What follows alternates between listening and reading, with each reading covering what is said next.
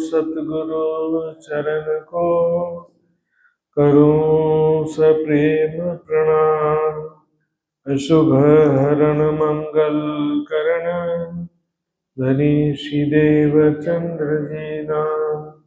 श्री प्राणनाथ निज मूलपति श्री महराज सुनाम। तेज कुंवरी श्यामा युगल को पल पल करूं प्रणाम, पल पल करूं प्रणाम।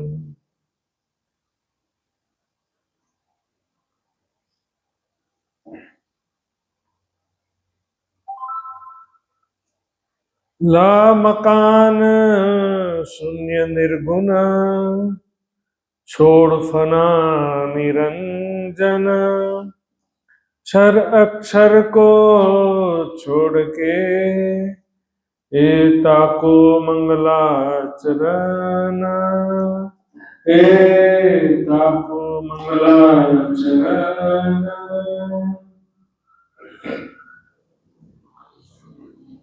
बूढ़ा चली अब आओ रे इश्क भानु हांग।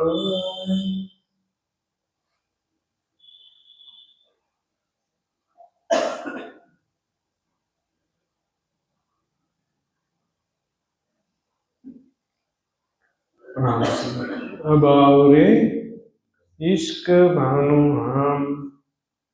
वे परब्रह्म अक्षरातीत धाम के धनी सभी ब्रह्मात्माओं को परम धाम के प्रेम में डुबाना चाहते हैं। सभी को परम धाम का प्रेम का आनंद प्रदान करना चाहते हैं और इसी कारण से परिक्रमा ग्रंथ का अवतरण प्रारंभ हुआ। परिक्रमा ग्रंथ श्रीमुखवाणी में परिक्रमा ग्रंथ। कहाँ की परिक्रमा? पूरे परम धाम की परिक्रमा है। परिक्रमा मतलब विचरण करना, पूरे परम धाम में लीला विहार करना। तो प्रेम उपजाने का जो उपाय है वो भी इसमें यही बताया गया है और चितवनी का तरीका भी इसमें यही बताया। पिछली छपाई में ताको मंगलाचरण। मंगलाचरण यानी कि स्तुति या भूमिका। तो चितवनी परम धाम का ध्यान करने से पहले क्या क्या छोड़ना पड़ेगा? ला मकान यानी कि क्षर ब्रह्मांड, 14 लोक, 5 तत्व, 7 शून्य, निर्गुण यानी निराकार, छोड़ फना निरंजन। निराकार को ही निरंजन भी बोलते हैं। निराकार मतलब यहाँ पर जो मान्यता है कण कण में और सभी प्राणियों के हृदय में परमात्मा है। तो पिंड और ब्रह्मांड से भी परे होना पड़ेगा। साकार को भी छोड़ना है और निराकार को भी छोड़ना है। इस नश्वर जगत से परे हो जाना है। चितवनी में क्रमशः हम ऐसी भावना लेते हैं जब हम सदगुरु महाराज का या गुम्मट जी की सेवा का ध्यान करते हैं शुरुआत में। क्योंकि मैंने बताया था कल, देखी हुई वस्तु का ध्यान करना सरल होता है ना। जो चीज देखा है आपने उसका ध्यान सरल होता है। तो 2 विकल्प हैं, पहला या तो सदगुरु महाराज या तो गुम्मट जी की सेवा। फिर सदगुरु महाराज जी के अंदर स्थित राज जी का आवेश या गुम्मट जी में विराजमान महामती जी के अंदर जो आवेश है, मेरी आत्म को लेकर के अब नश्वर जगत से परे जाएगी। ये भी सबको मालूम होना चाहिए, अच्छी तरह से याद होना चाहिए। उसमें पूछने का टाइम थोड़ी होता चितवनी में, बोलने सुनने का भी विकल्प नहीं रहना चाहिए। चितवनी में क्या अंतर्मुखी हो गए, अब बाहरी आंख बाहरी कान सब बंद हो जाना चाहिए। यदि क्या समझाने के लिए चितवनी करवाया जाता है, लेकिन आप डेली रूटीन में स्वयं करना होता है ना। हमेशा थोड़ी कोई करवाएगा। बाहरी स्रोत पे निर्भर नहीं होना है।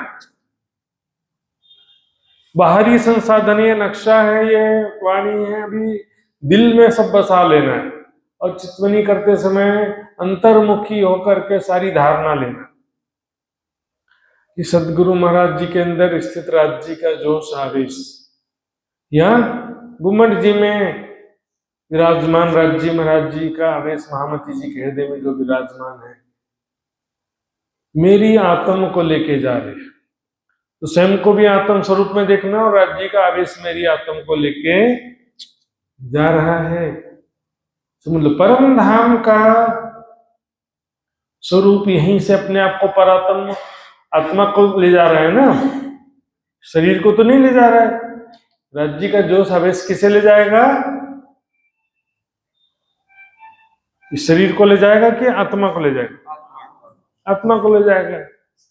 वही जोश आवेश जो सदगुरु महाराज के अंदर स्थित है, यहां से पंच भौतिक रूप को देखना ही नहीं है।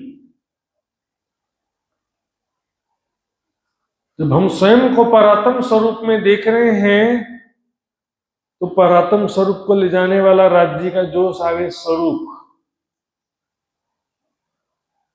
जोश आवेश का वैसा कोई रूप नहीं होता उसको, लेकिन आत्म का भी कोई भावना परात्म का ही लेते हैं ना। तो राज्य का जोश आवेश मेरी आत्म को लेके जा रहा है, ऐसा भावना लेंगे तो अभी कहां पर है यहाँ पर? ये देखिए, मृत्यु लोक, भूलोक भी बोलते हैं, भू यानी धरती, धरती लोक भी बोलते हैं इसको, और दूसरा क्या बोलते हैं? मृत्यु लोक, क्योंकि यहाँ पर मृत्यु का वास है। ये भूलोक। नीचे 6 लोक हैं, नीचे तो जाना नहीं है इसलिए छोड़ दो, कोई बात नहीं। ऊपर का लेकिन याद रखना पड़ेगा। ऊपर में कितने लोक हैं? 6 लोक। नीचे 7 लोक हैं, ऊपर 6 लोक हैं। भूअर लोक, स्वर्ग लोक, महर लोक, जन लोक, तप लोक, सतलोक। किसी को याद है ऊपर कितने लोक हैं? 6 लोक हैं। याद नहीं है तो याद करना पड़ेगा। जो लिख पढ़ सकते हैं वो पढ़ो और लिखो, डायरी बनाओ, एक कॉपी बनाओ, लिख लिख के याद करो। और जो पढ़ना लिखना नहीं जानते वो बार बार सुन करके और बार बार बोल के याद करना पड़ेगा, ठीक है ना। तो मृत्यु लोक के ऊपर वैसे तो 6 लोक हैं, लेकिन शॉर्ट में करना तो 2 लोक आप ध्यान से देखना पड़ेगा। ये है स्वर्गलोक और ये सतलोक, सबसे ऊपर। वैसे तो यहाँ से मृत्यु लोक के ऊपर और भी लोक हैं, भूवर लोक है, महर लोक है, जन लोक है, तपलोक है। भूवर लोक, स्वर्ग लोक, महर लोक, जन लोक, तपलोक, सतलोक, 6 लोक है कुल। लेकिन उसमें से 2 लोक का कोई बात नहीं, शॉर्ट कर देते हैं ना। स्वर्ग लोक, स्वर्ग लोक को पार किया, चाहे 14 लोक को किया, ऊपर के 6 लोकों को पार कर लिया। आपको केवल भावना करना है ना, ब्रह्मा विष्णु महेश को पार किया, तो उनको देखना कोई जरूरी नहीं है कि ब्रह्मा विष्णु महेश को देखेंगे तभी आगे, ऐसा नहीं। भावना करना है बस कि हमने उनको पार कर लिया, क्योंकि देखिए भावना से ही सब काम होता है ना। मन के हारे हारिए, मन के जीते जीते। मन की भावना से सब होता है, मन के संकल्प से सब काम अच्छा हो जाता है। तो मन से धारणा करना है, ब्रह्मा विष्णु में 14 लोकों को पार किया मैंने। कैसे पार किया? राज्य के जोश आवेश के सहायता से मेरी आत्मा ने पार किया, शरीर ने नहीं। फिर ऊपर जाएंगे तो यहाँ पर ये देखो आदि नारायण का स्थान है, और ये काला घेरा क्या है? निराकार। यहाँ पर नीला दिखा रहे हैं ना, काला और नीला से मतलब नहीं है, क्योंकि उसका कोई आकार ही नहीं है, तो समझाने के लिए काला नीला बना दिया। ना उजाला कह सकते हैं उसको, ना अंधेरा कह सकते हैं। वाणी में अनेकों छुपाइए, ये शून्य मंडल निराकार को क्या कहा जाए? न काला है, न पीला है, न नीला है, न हरा है वो। और दूसरा चीज क्या है कि केवल चारों तरफ नहीं है वो, संसार के कण कण में भी वही है। चारों तरफ इसको क्या कहते हैं? निराकार कहते हैं, लेकिन निराकार नाम नहीं है, गुण है। एक्चुअल में क्या है? ये सारा मोह सागर, काल माया, महामाया, अनेकों नाम है। मोह तत्व कहा नींद को, इसी को नींद का घेरा भी कह देते हैं। लेकिन इसमें ये सब क्या है? महामाया, काल माया एक स्वाप्निक चेतना शक्ति है, और वही शक्ति संसार के कण कण में भी है, और सभी प्राणियों के हृदय में भी वही जीव के रूप में है, जीव चेतना के रूप में। तो इसको पार करने का मतलब दूसरा तरीका क्या? देखिए, साकार और निराकार से परे हो गए आप, शरीर और संसार से परे हो रहे हैं, ऐसी भावना रखना। इस नश्वर शरीर से और नश्वर जगत से मैं परे चला, क्योंकि ये जो नक्शा है विराट का, ये बेसिकली पुराणों के आधार पर बना है। हिंदू धर्म में दो प्रकार के मत होते हैं, पौराणिक और वैदिक। वैदिक मत में इस तरह का वर्णन नहीं मिलेगा। पुराणों में 14 लोक का वर्णन आता है, लेकिन वेदों में 3 लोक का वर्णन आता है ना। उसमें पृथ्वी लोक, अंतरिक्ष लोक और द्योह लोक। तो पृथ्वी लोक में क्या होता है कि पाताल से लेकर स्वर्ग लोक तक 10 लोक पृथ्वी में ही आ जाते हैं। उसके बाद दूसरे 2-3 लोक अंतरिक्ष लोक में आ जाते हैं, और द्योह लोक सतलोक को ही कह दिया, समझिए। तो इसमें मुख्य है, अब जैसे भी भाव आपको ज्यादा बताऊंगा तो याद नहीं रहेगा, इसको छोड़ देते हैं, आगे चलेंगे। देखिए, ये नश्वर जगत से परे जा रहे हैं, शरीर से, संसार से, पिंड से, ब्रह्मांड से, है ना, 14 लोक और आदि नारायण निराकार की शोभा देखते हुए या बिना देखे हुए आगे बढ़ गए। ट्रेन में बैठे रहते हैं ना, ट्रेन कैसे चलती है? दिल्ली की तरफ जा रहे हैं ट्रेन में बैठ के, मुजफ्फरनगर को पार कर दिया, अब देखना थोड़ी जरूरी, पार कर दिया, सुपर फास्ट गाड़ी, छोटे छोटे स्टेशन को देखते ही नहीं। छोटा छोटा स्टेशन आया तो कौन देखेगा? यहाँ पर भी सुपर फास्ट 14 लोकों को पार किया, अष्टावरण को, स्वर्ग वैकुंठ को, निराकार आदि नारायण को पार करके सीधे आगे चले गए। स्टॉपेज नहीं है जल्दी जल्दी, वो भी क्या है कि देखने के नहीं, बस पार हो गया। मन में भावना लेना है, सबको देखने की जरूरत नहीं कि बोले आदि नारायण को देखना पड़े, कल भावना रखना कि आदि नारायण को भी मैंने पार कर लिया। अब आ जाएंगे बेहद मंडल में दूसरा नक्शा। इसी को ही देखिए, निराकार, निर्गुण, निरंजन, सभी किसे कहते हैं ये भी समझ लीजिए साथ में। निराकार मतलब आकार से रहित, निरंजन मतलब अवयव से रहित। टारगेट एक ही है, लेकिन शब्द का अर्थ अलग अलग है। निर्गुण यानी गुणों से रहित, माया के गुणों से रहित। तो संसार के कण कण में जो ब्रह्म सत्ता है, सभी प्राणियों के हृदय में जो जीव चेतना है, उसे ही सबने क्या समझ लिया? ब्रह्म समझ लिया। इसलिए साकार और निराकार से परे परब्रह्म का स्वरूप कहा जाता है, ठीक है नहीं? परब्रह्म का स्वरूप कैसा है? ना साकार है न निराकार। प्रकृति, प्रलय और यही सब तत्व, गुण, निर्गुण, सभी साकार और निराकार का प्रलय हो जाता है। कभी एक तो होता है विराट को समझना, दूसरा होता है कि हम चितवनी के हिसाब से कैसे पार करते जा रहे हैं। तो दोनों चीज में बताते जा रहा हूं आपको, है ना। विराट समझ करके पार करना है ना, ये सिर्फ बोले कि ये याद कर लो, लेकिन है क्या ये भी तो जानना चाहिए ना। तो देखिए, ये है सुमंगला शक्ति।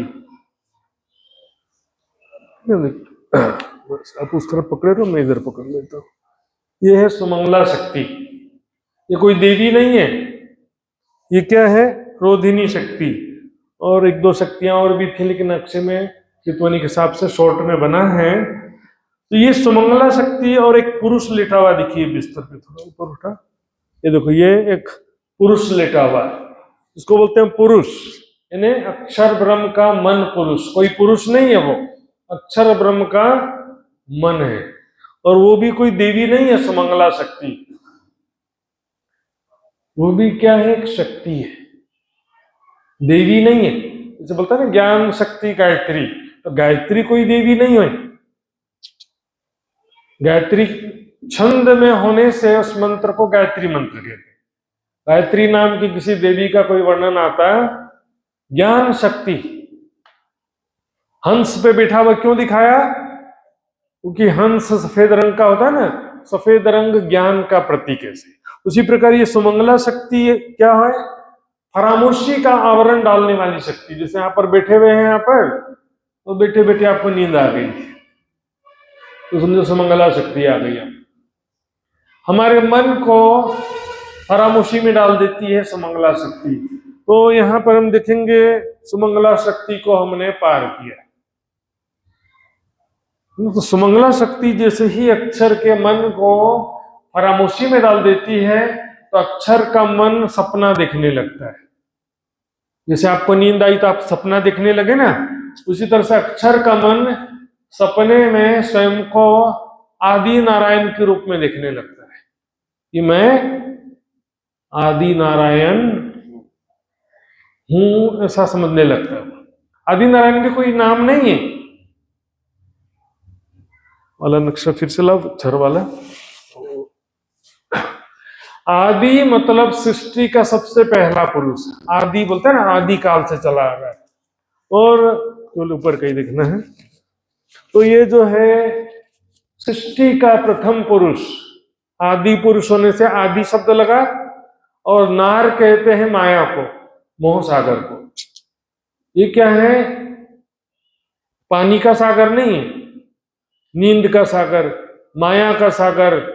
इसी को काल माया कहते हैं, महामाया कहते हैं। महामाया कोई चेतन सूक्ष्म परमाणु नहीं है कि जैसे हवा में धूल के कण होते हैं, उस तरह से नहीं है।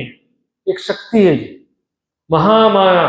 जैसे कहते हैं ना काल माया, योग माया।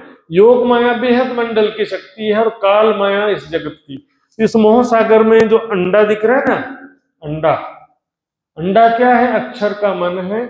और जब सपना देखना प्रारंभ हुआ, तो सबसे पहले उसने एक पुरुष के रूप में स्वयं को देखा। तो पुरुष का नाम क्या पड़ गया? आदि नार यानी मोह सागर। और अयन, अयन का मतलब होता है शयन करना, मोह सागर में शयन करने वाला। आदि नार अयन, आदि नारायण हो गया। अब जब सत्य नारायण बोलो तो भी नारायण शब्द का अर्थ तो नहीं बदलेगा ना। मोह सागर में शयन करने वाला कभी परमात्मा हो सकता नहीं। अब ये अकेले था तो इसने संकल्प किया, एको अहम बहुश्याम। मिलके बोलिए सब, क्या संकल्प किया? एको अहम बहुश्याम, यानी मैं एक हूं, बहुत हो जाऊं। इसके संकल्प से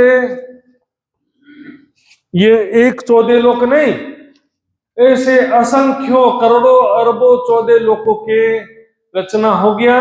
और ये एक ब्रह्मांड में एक ब्रह्मा विष्णु महेश है ना, असंख्यों ब्रह्मांडों में असंख्यों ब्रह्मा विष्णु महेश है। दर्शक जी, असंख्यों ब्रह्मा विष्णु महेश, कोई हिसाब किताब नहीं है। अब इसमें 4 प्रकार का जो प्रलय कहा गया, मृत्यु लोक में जो डेली लोग मरते हैं ना, उसको नित्य प्रलय कहते हैं। बीमारी से, बुढ़ापा से, दुर्घटना से, कैसे भी ना। फिर स्वर्ग लोक तक लय हो जाता है नैमित्तिक प्रलय में। प्राकृतिक प्रलय में क्या होता है कि आदि नारायण को छोड़ के बाकी सब खत्म। महाप्रलय में आदि नारायण भी खत्म। वापस वाला नक्शा लिया। सपना खत्म हो गया तो बिस्तर में हम जाग जाते हैं ना, तो ये पुरुष जो सो रहा था ना यहाँ पे, ये जाग जाता है। कोई व्यक्ति नहीं जागता, अक्षर का मन। अरे जयकारा लगा दिया था, आपका सुध-बुध खो गया था, वापस आ गया ना, ऐसे चौंक करके अक्षर का मन जो है होश में आ जाता समझो। तो ख्यालों में खोया हुआ था ना, ख्यालों से वापस होश में आ गया। एक तो होता सपने में खो जाते हैं, और एक होता जागते हुए ख्यालों में भी तो खो जाते हैं ना। तो अक्षर ब्रह्म अनादि काल से ये जो संसार दिखता है, ये ख्यालों के रूप में देखता है, सपने के रूप में नहीं देखता है। सपना फरामोशी की अवस्था में होता है, ख्याल जागृत अवस्था में होता है। तो फरामोशी में देखेंगे तो ज्यादा दुख होता है, जागृत अवस्था में टीवी देखेंगे, भूत प्रेत हॉरर शो, तो जागृत अवस्था में देखेंगे तो बोलेंगे बड़ा मजा आया, बहुत डरावना था। और सपने में वही भूत प्रेत आ जाए तो सपने में डरेंगे कि नहीं डरेंगे? क्योंकि फरामोशी अवस्था में ये माया का खेल देखने से डर लगता है। जागृत होने के बाद में ये दृश्य प्रपंच हो जाता है, झूठा है। टीवी में देख रहे हैं ना, वैसा झूठा दृश्य प्रपंच। ये सुमंगला शक्ति और पुरुष को हमने पार किया। फिर आ जाते हैं, देखिए अखंड ब्रजरास। ब्रज लीला अलग से अखंड है, रास लीला अलग से अखंड है। दोनों ही तो परम धाम की दृष्टि से बोलेंगे तो राज्य की लीला है, और संसार की दृष्टि से दुनिया वाले क्या बोलते हैं? दोनों ही कृष्ण लीला। तो फिर दो अलग अलग क्यों बना रखा है? बताइए आप सब, किसी को मालूम हो तो बताइए। दो अलग अलग बहिष्ठ क्यों बनाया? दोनों एक साथ क्यों नहीं है? ब्रज लीला रास लीला दोनों तो कृष्ण की लीला दुनिया के अनुसार, तो दोनों एक साथ क्यों नहीं है? एक में इश्कमयी लीला, एक में आप सही बोल, क्या बोले? 11 साल काल माया में, हाँ माया में तेरी जो रास की नाश करा दो, हाँ, वो तो अलग बात है। लेकिन रास में जो लीला किया उसमें कैसा स्वरूप था? ब्रज में तो 11 साल 52 दिन कहा आपने,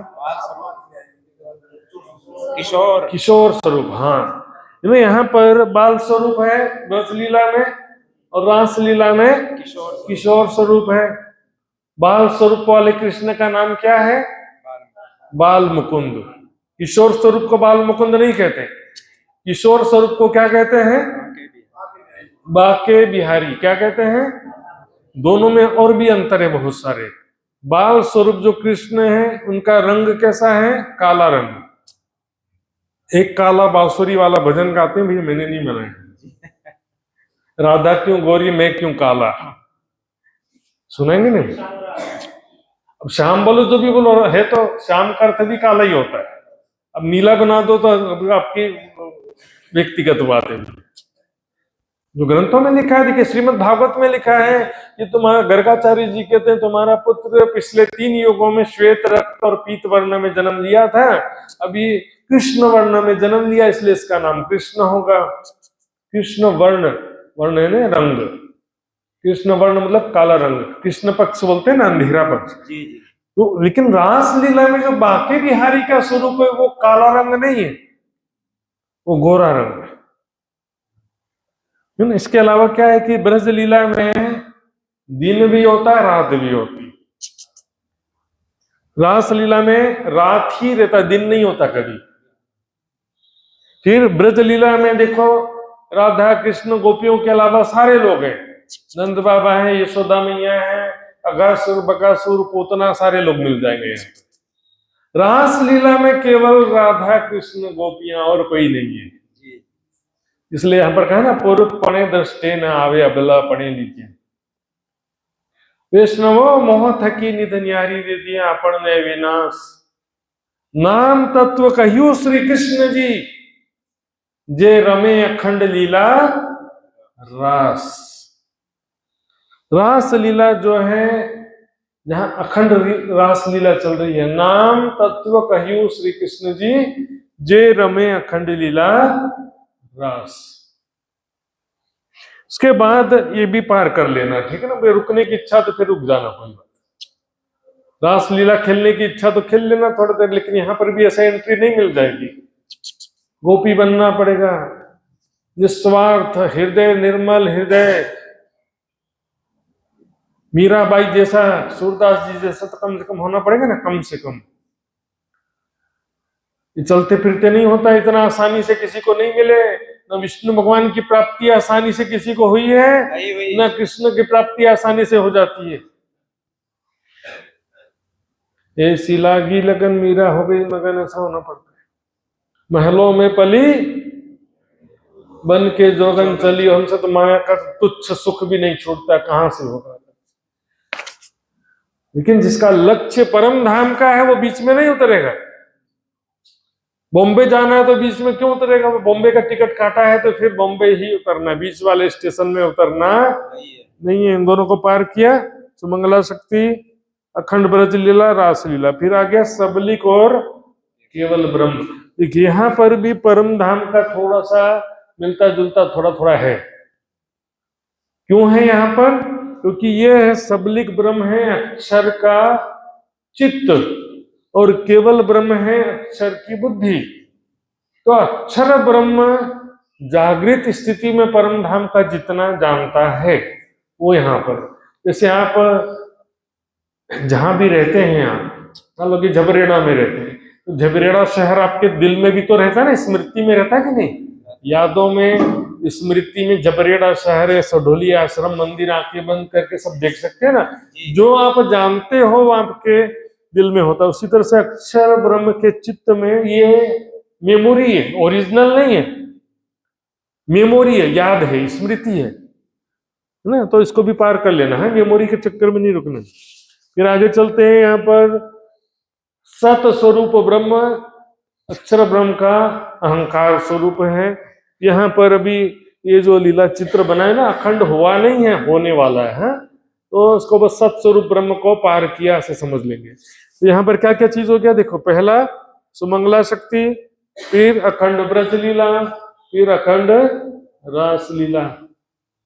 सुंदर साथ जी आज से 30 साल पहले जब मैं नया नया सुंदर साथ बना था, चर्चा सुन करके लिखते रहता था मैं कि बाद में भूल जाऊंगा, कभी मुझे चिंता होता। तो आप लोग को कोई चिंता नहीं है, कोई लिखना पढ़ना याद करने का कोई चिंता ही नहीं है, करना थोड़ी है हमको। न किताब है, न नक्शे हैं, कुछ रखने ही नहीं है, न पढ़ना है जा करके कि मैं भूल जाऊंगा, याद रखूं, ऐसा कोई मतलब वो दिल में चिंता ही नहीं है। भूल जाएंगे, करना क्या, वैसे भी बोलना ही है। सुंदर साथ जी पहली कक्षा के बच्चे लोग को पढ़ाते हैं यहाँ पर, सुबह में आ जाना।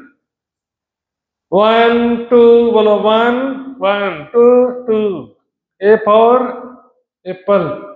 अपना लेवल कुछ बढ़ाइए सुंदर साथ जी। मैं आपको ताना नहीं मार रहा हूं, लेकिन आप लोग को प्रेरित कर रहा हूं, समझा रहा हूं, कुछ योग्यता बढ़ाइए। कॉलेज में ऐसा नहीं पढ़ाते। बड़े स्कूलों में, कॉलेज के इधर भी देख लीजिए, जो बड़े स्कूल होंगे वहां पढ़ाने का तरीका अलग होता है। वहां कोई एप्पल बी फॉर बॉल ऐसा नहीं पढ़ाते। एक बार लिख कर बोर्ड में लिख दिया, कॉपी में लिख लो, नहीं तो गया। वो बोर्ड में भी मिटा देंगे तो दोबारा नहीं मिलने वाला। फिर बाजू वाले का देख के लिखो, कि घर में आके रिवीजन करो, रिपीट करो।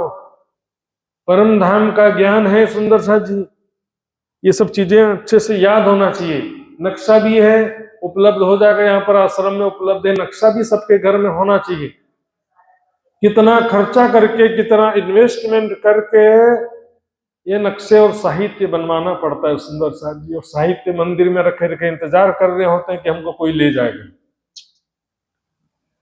सुंदर साथ जी। और कोई दुर्भाग्य, ठीक है ना, ये हमने पार किया, ठीक है ना।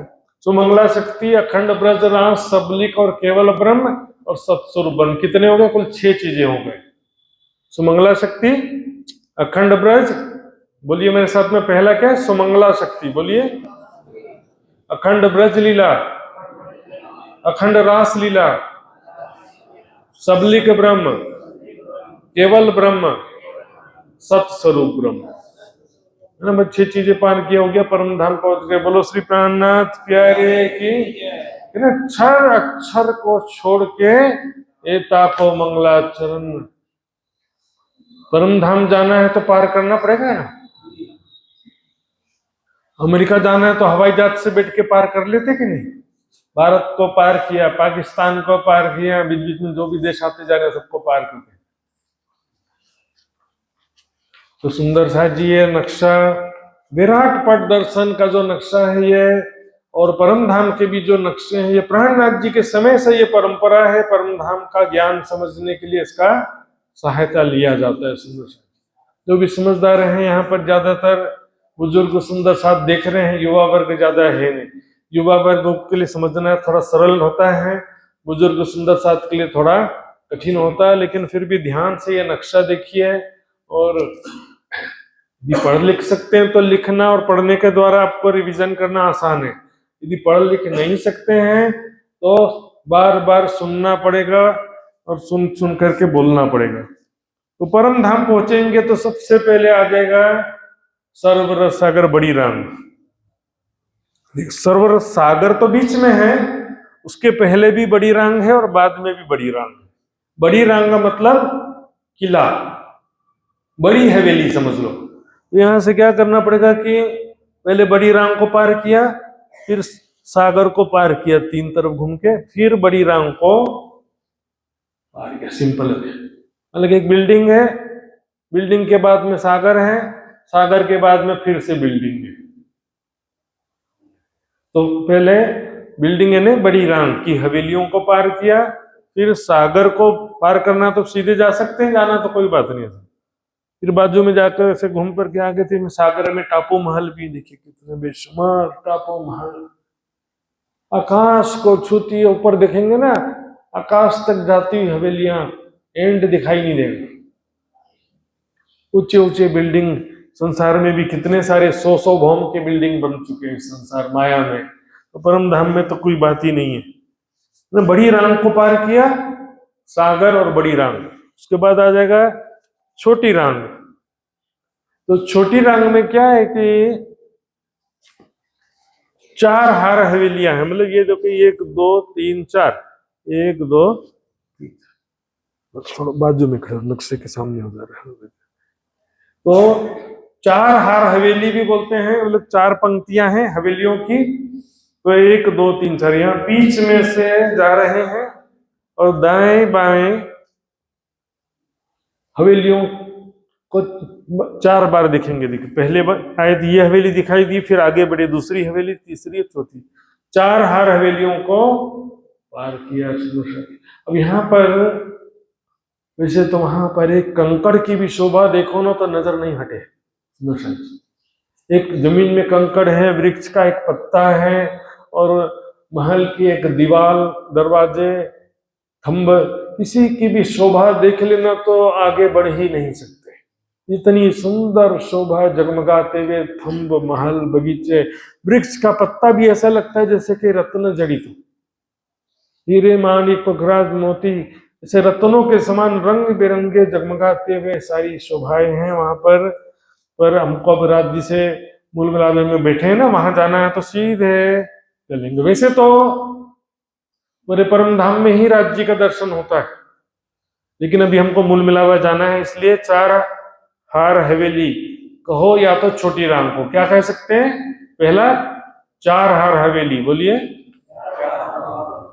दूसरे शब्दों में इसी को बोल सकते हैं छोटी रांग। बड़ी रांग जो है ज्यादा ऊंचाई की है, छोटी रांग उससे थोड़ा कम है। इसके बाद आता है ये पकड़ो उस साइड से पकड़ो, ये आ गया वन की नहरें और वन के महल भी बोलते हैं। एक्चुअल में पानी की नहर तो नीचे जमीन में है, ऊपर तो वन के महल है। ट्री हाउस सुना है ना कभी? वृक्षों के ही, ये देखिए पूरा बिल्डिंग जो है वृक्षों से ही बना हुआ, डालियां, फल फूल पत्तों से ही दीवार बन गया, छत बन गया, बस ट्री हाउस। परम धाम की बात ही अलग है। सुंदर सा जी, संसार में कह सकते हो कि ऐसा कैसे पॉसिबल है? परम धाम में सब संभव है। सुंदर सा जी, वृक्षों के ही सब महल बने हुए हैं, तो ये वन के महल पार किया, बीच में से दाएं बाएं है महल, देखो थोड़ा सा देखना तो पड़ेगा ना, आंखें बंद करके जाओगे तो कैसे होगा। फिर आ जाते हैं माणिक पहाड़ की सीमा के बड़ोवन, मधुवन, महावन। ये देखिए बड़ोवन, मधुवन और महावन।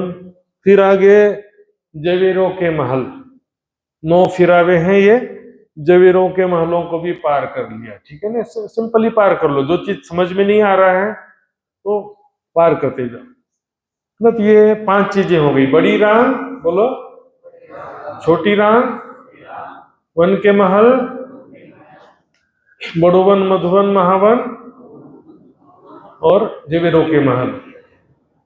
इतना 5 चीजें पार करेंगे तो फिर अगला नक्शा में पहुंच जाते हैं। अगला नक्शा ले लो, ये वाला अच्छे से।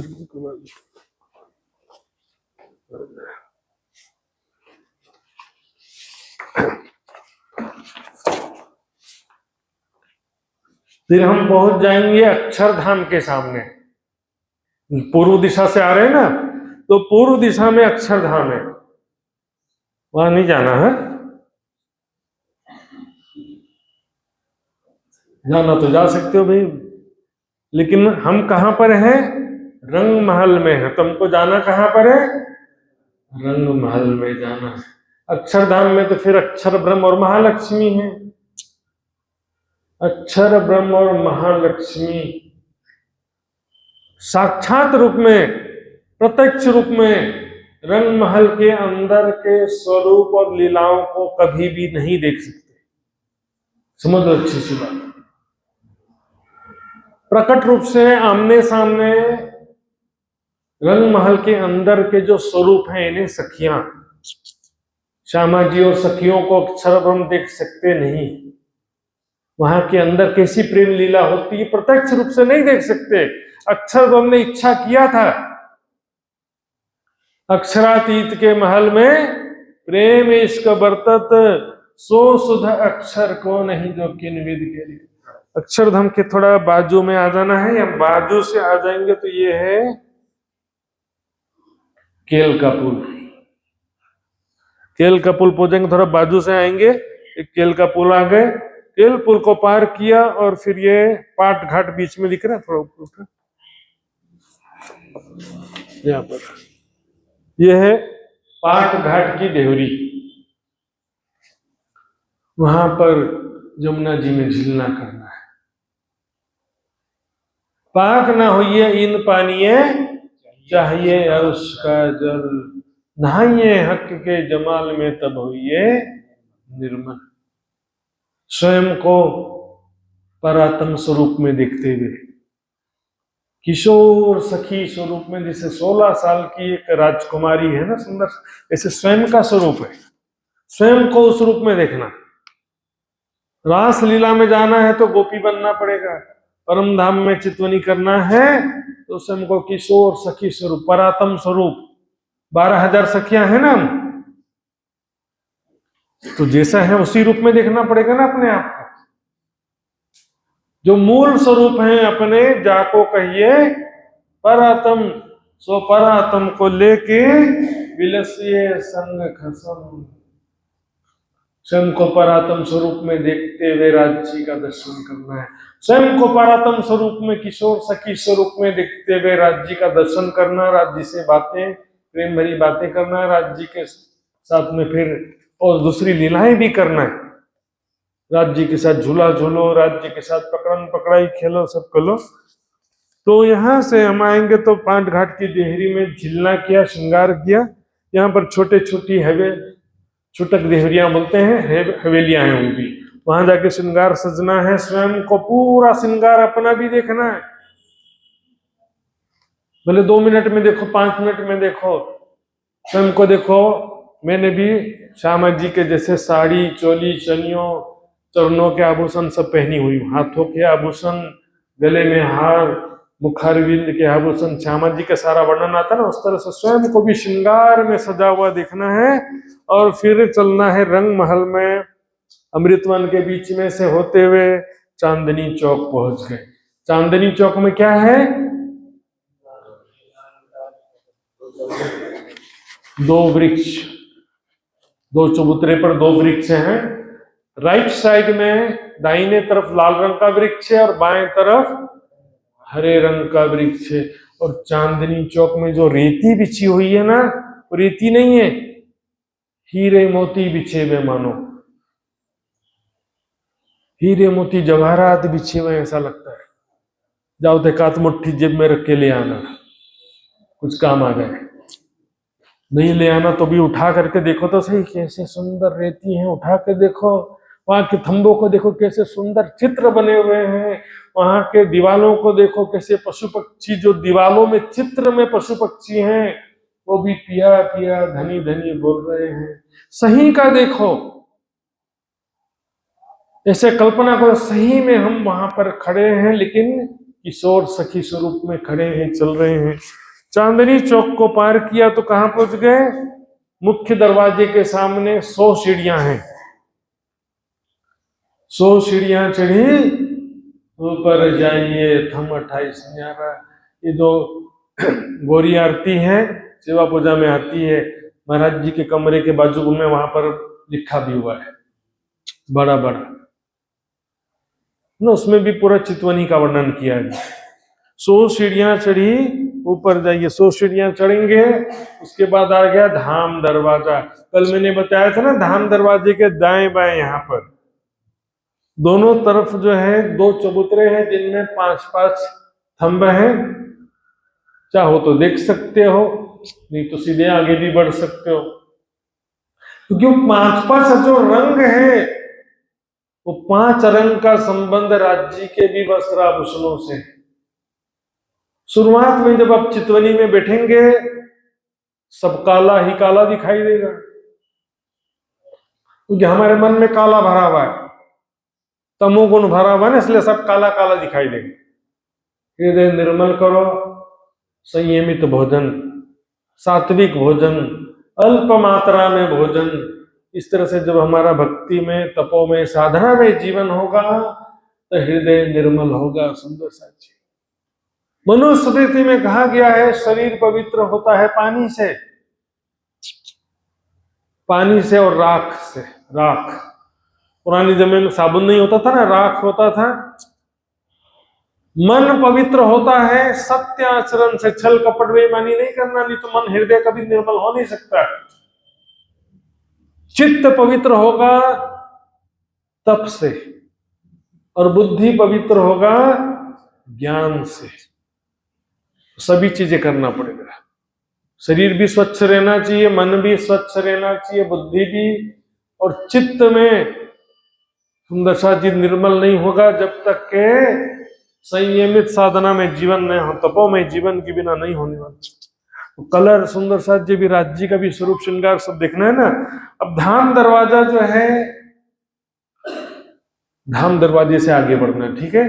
धाम दरवाजे की शोभा कोई बताएगा? बताइए। चौखट कौन से रंग की है? सिंदूरिया रंग की। सिंदूरिया रंग मतलब लाल, गाढ़ा लाल रंग है, डार्क रेड, लाल रंग का है चौखट। उसकी बेनी कौन से रंग की है? हरे रंग की बेनी।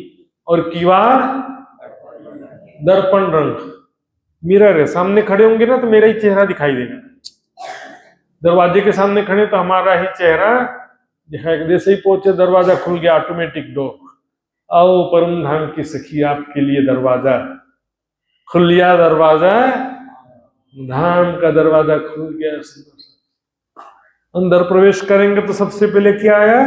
28 थंब का चौक। क्या आया? चौक। 28 थंब है, इसलिए इसका नाम पड़ गया 28 थंब का चौक। यहां पर क्या है? नहीं, यहां पर देखो, चारों तरफ थंबे हैं और बीच में खाली जगह, जहां पर बैठने के लिए सिंहासन, कुर्सियां, सोफा सेट सब रखे हुए। थक गए हो तो थोड़ा देर बैठ जाने का, यहाँ पर थोड़ा पानी वानी पी के फिर आगे बढ़े। सुंदर साथ जी, परम धाम में कभी कोई थकता नहीं है। इस माया में आप चितवनी करते करते थक जाए, लेकिन यदि राज्य के ध्यान में खो जाओ तो शरीर का भी सुध नहीं रहेगा। भूखे की प्यास है, कुछ पता नहीं चलेगा, घंटों बीत जाएंगे। और जब आत्मिक खुराक मिलेगी, आत्मा को शक्ति मिलेगी, तो शरीर को भी अपने आप शक्ति मिल जाती है। सैकड़ों सालों तक ध्यान करते हुए बैठे रहते हैं योगी, बिना खाए पिए। कहां से शक्ति मिलती है? ध्यान के द्वारा मिलती है, आत्मा के द्वारा।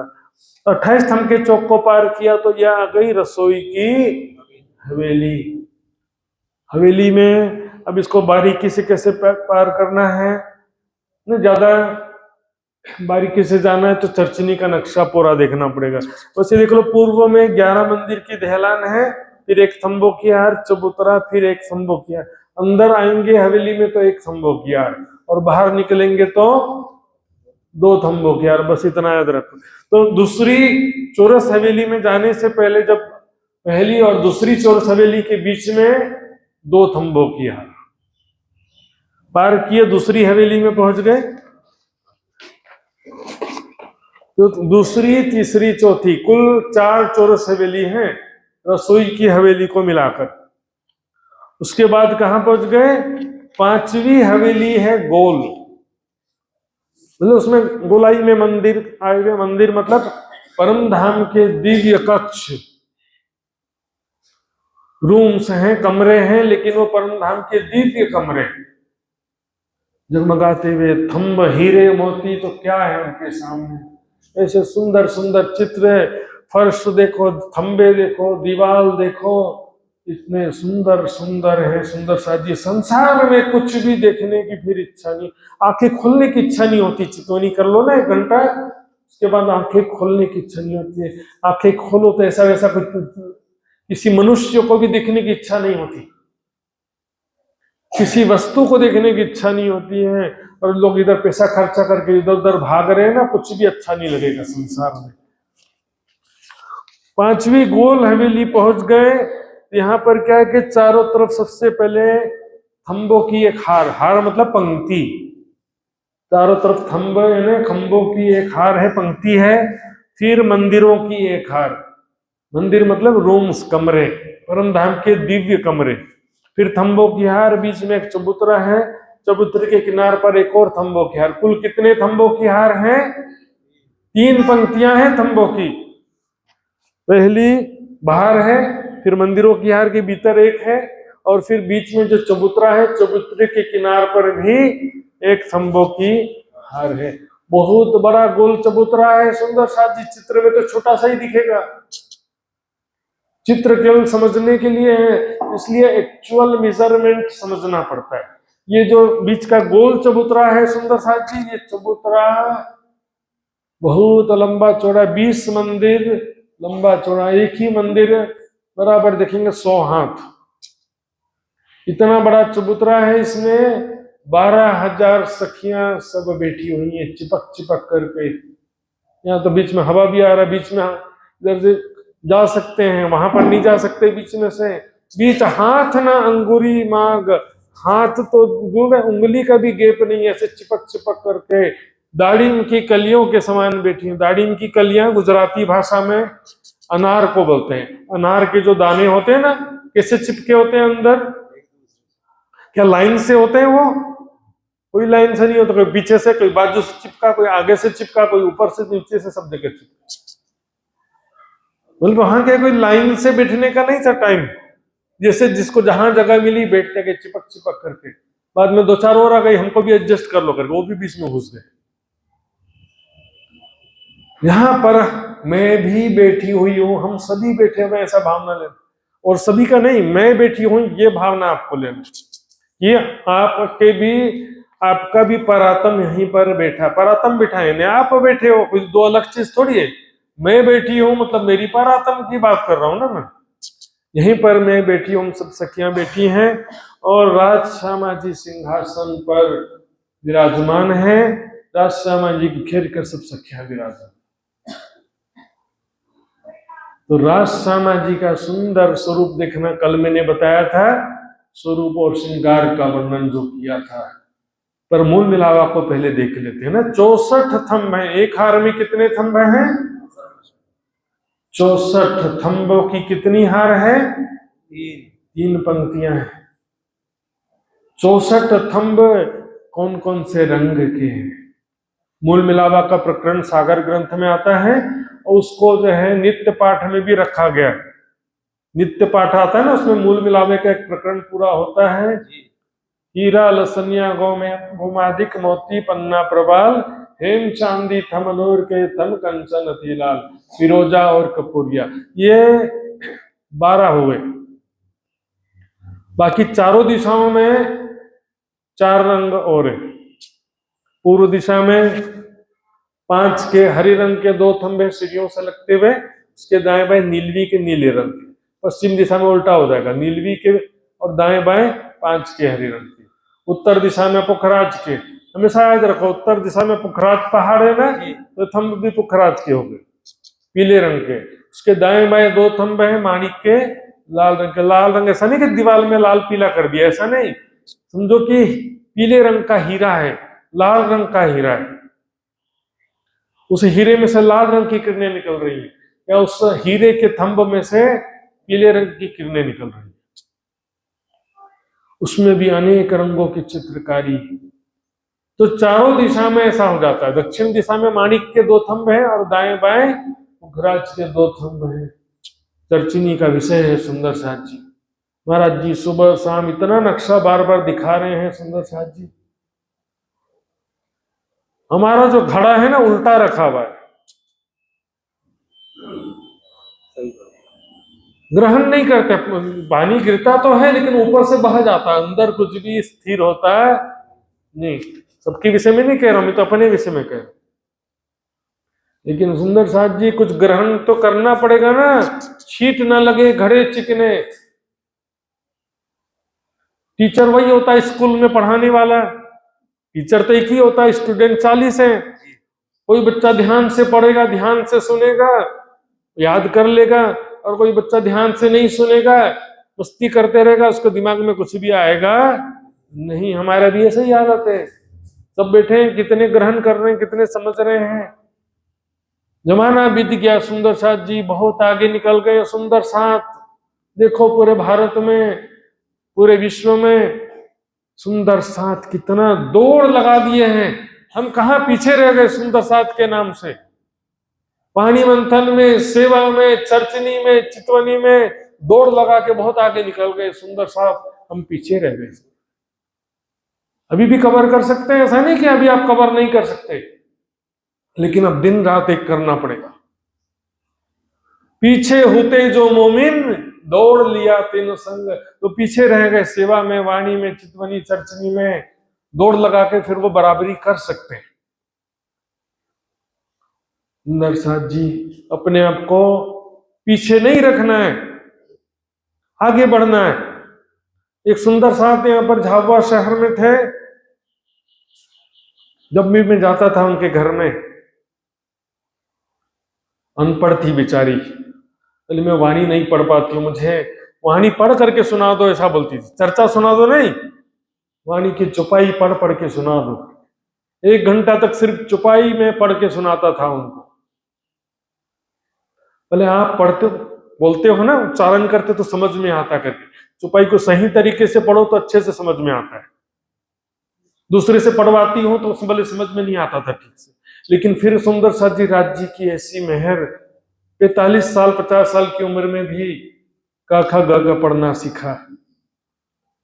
पढ़े लिखे इंजीनियर बैठे हुए हैं, वाणी समझ में आती नहीं है।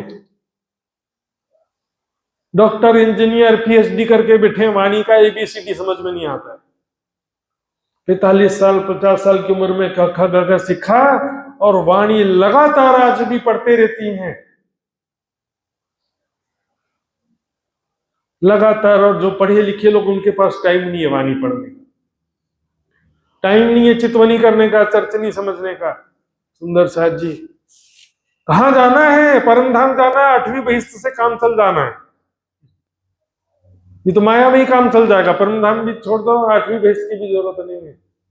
करने से कुछ होगा, बैठे रहने से कुछ नहीं होगा। सुंदर साथ जी थोड़ा जोर लगाना पड़ेगा।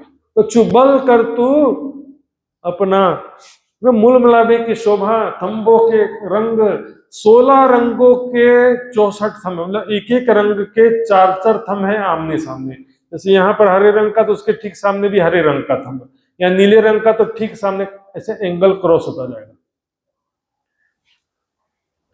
कुल 16 रंगों के 64 थंब हैं।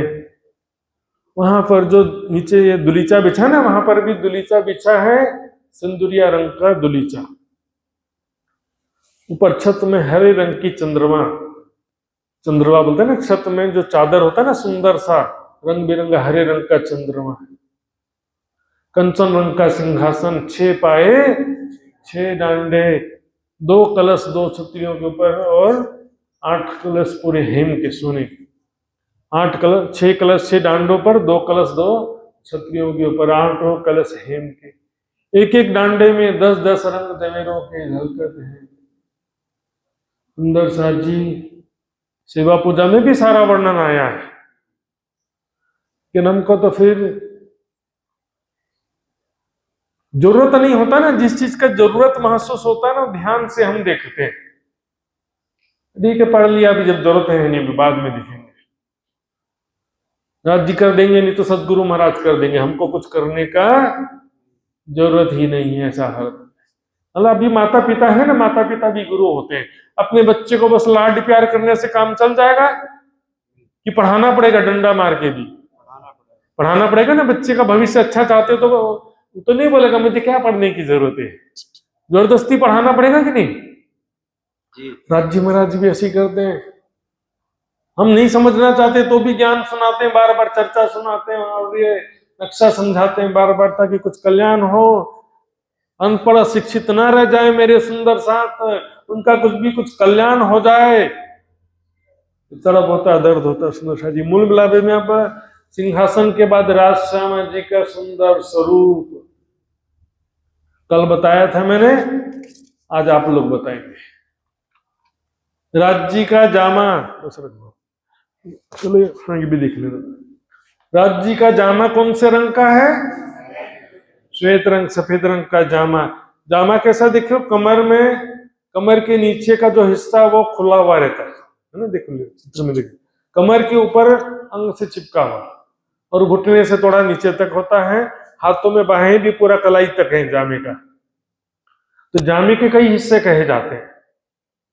कमर से नीचे वाले हिस्से को दामन बोलते हैं, कमर से ऊपर वाले हिस्से को चोली बोलते हैं, और हाथ को बाजू या हाथ ऐसा बोलते हैं। कमर में कौन से रंग का पटुका है? नीलो पीलो बीच के रंग का कहो, या तो हल्के हरे रंग, हल्का हरा रंग, ठीक है ना। पोपट बोलते हैं, तोता का रंग। इजार कौन से रंग की? केसरिया रंग की इजार। केसरिया रंग अंग्रेजी में क्या बताया था कल मैंने? ऑरेंज। केसरिया मतलब ऑरेंज, सिंदूरिया मतलब रेड, है ना। कंधे में पिछोरी कौन से रंग की है? जिनको नहीं मालूम है वो दोहराइए। कौन से रंग की पिछोरी है? आसमानी रंग। आसमानी रंग क्यों कहते हैं? गुजराती भाषा में क्या होता है, हरे को लीला बोल देते हैं, तो नीले को क्या बोलेंगे? तो आसमानी रंग। कारण क्या समझिए, गुजराती भाषा में ऐसा थोड़ा हो जाता है। वहां पर हरे कलर को लीला कलर बोलेंगे, तो नीला कलर को फिर क्या बोलेंगे? आसमानी कलर बोलेंगे। अब नमक को मीठू बोल दिया तो मीठे को क्या बोलेंगे फिर? नमक को मीठू बोल दिया तो फिर मीठे को क्या बोलेंगे? गड़ी, गड़ियों, मीठा कैसा? गड़ी। तो उसी हिसाब से यहां पर देखेंगे भाषा जो है ना थोड़ा मिक्स लैंग्वेज है। पाग कौन से रंग की? सिंदूरिया रंग। जैसे कोई 16 साल का सुंदर राजकुमार दुल्हा बन करके बैठा हो, शादी के समय कैसे श्रृंगार सजा रहता है ना दुल्हा।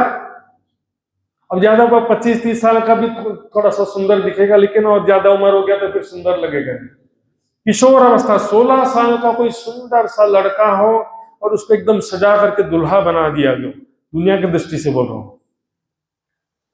16 साल का एक राजकुमार सुंदर सा नया नवेला दुल्हा बनकर के बैठा, ऐसा राज्य का स्वरूप है।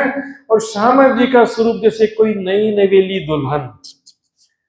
स्टेज में होता है ना शादी के बाद दुल्हा दुल्हन स्टेज में बैठे रहते हैं ना, वैसे ही बैठे, वैसे तुम दुल्हा में दुल्हनी और न जानो।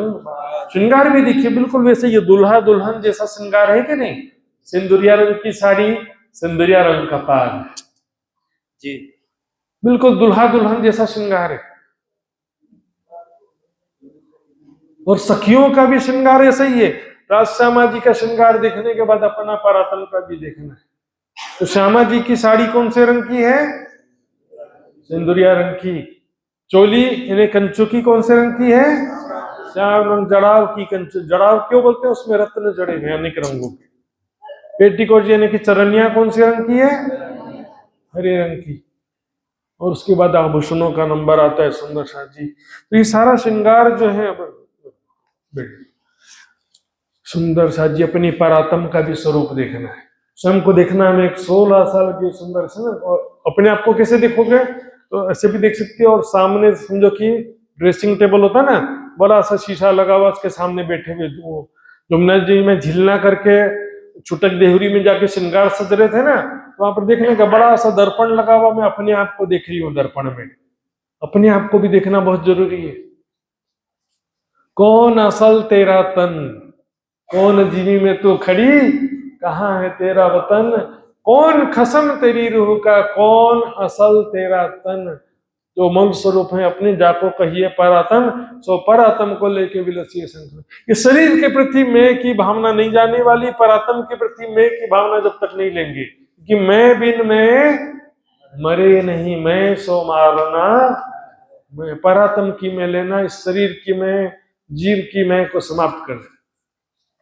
16 साल की राजकुमारी के जैसे हूं, लेकिन अब यहां पर सखियों के श्रृंगार में रिस्ट्रिक्शन बहुत ज्यादा नहीं रहेगा। मतलब कलर का, साड़ी आपको जो इच्छा वो साड़ी पहन लो, जो भी कलर की। चोली चरणियों जो कलर का अच्छा लगता है पहन लो, है ना। हार है, 4 हार है, 6 हार है, जितना हार पहनना पहन लो। मिलता जुलता रहेगा लेकिन ज्यादा रिस्ट्रिक्शन नहीं रहेगा, है ना। अपने आप को भी एक सुंदर नई नगीली दुल्हन के समान देखना है। और राज्य के सामने जाकर के मैं खड़ी हो गई, राज्य का सुंदर स्वरूप देख रही हूं। क्यों इस प्रकार चितवनी करेंगे सुंदर साध्य, निस्दिन ग्रहिए प्रेम सो युगल स्वरूप के चरण, निर्मल होना यहीं सो और धाम वर्णन, इससे हृदय निर्मल होगा। और एक चुपाई में क्या करें? अब आओ रे इश्क भानु हाम, भानु हाम, हाम यानी दिल की इच्छा में पूर्ण करूं। एक जागृत आत्म के दिल में क्या इच्छा होती है? जो सही में जागृत आत्म है, जागृत आत्म के दिल में केवल यही इच्छा होती है कि पल पल राज्य का दीदार हो, राज्य से प्रेम भरी बातें सुनूं मैं, राज्य से प्रेम भरी बातें करूं, राज्य के साथ ही पल पल लीला विहार करूं। बस यही इच्छा होती है। भाई एक दुल्हन है, अपने पति से क्या इच्छा करेगी, है ना। उसको बिल्कुल वैसे ही समझने का, तुम दुल्हा में दुल्हनी और ना जानो बात है जी। देखो वतन अपना निज धाम, करूं चरण तले विश्राम, बिल सो पिया जी सो प्रेम काम। राज्य के साथ ही पल पल प्रेम और आनंद में लीला विहार करते रहूं, राज्य का सुंदर स्वरूप देखते रहूं, उनकी प्रेम भरी आवाज, मधुर आवाज सुनती रहूं, और उनके साथ में बस कभी झूला झूलूं, कभी पकड़न पकड़ाई खेलूं, कभी सुखपाल की सवारी करूं, कभी पशु पक्षियों की सवारी करूं, है ना। कभी जमुना जी में झिलना करें, कभी फूल बाग नूर बाग में विचरण करें, पशु पक्षियों का खेल तमाशा देखना। सुंदर सा जी, यही अपना जीवन है, परम धाम अपना असली जीवन है। ये माया का तो झूठा है, इसको नहीं भी छोड़ोगे तो भी छूट जाने वाला है। मरने के बाद छोड़ा तो क्या छोड़ा, जीते जी छोड़ना पड़ेगा। मरने के बाद छोड़ा तो उसके बाद तो फिर समय नहीं बचा ना, फिर खत्म हो गया खेल। प्यारे की मर मर सब कोई जाते हैं, चाहिए मोमिनो मौत फर्क, जीते न मरेंगे मोमिन तो क्या मरेंगे मुनाफिक। जीते जी मरना है, मरने के बाद तो मर गए, फिर खेल खत्म हो गया, अवसर हाथ से निकल गया। जितना जोर लगा सकते लगा दें सुंदर साथ जी, वाणी मंथन में, सेवा में, चर्चनी में, चितवनी में, जितना ज्यादा कोशिश कर सकते हैं करिए, बहुत कर सकते हैं। समय की कमी कुछ भी नहीं है, शुरुआत करने की देरी होती है। एक बार कोशिश करेंगे फिर आगे ही बढ़ते जाएंगे, फिर कोई रोक सकेगा। ये सुंदर जी चुपाई दोहराते हैं, अब आओ रे इश्क भानु हम, देखो वतन अपना निज धाम, करो चरण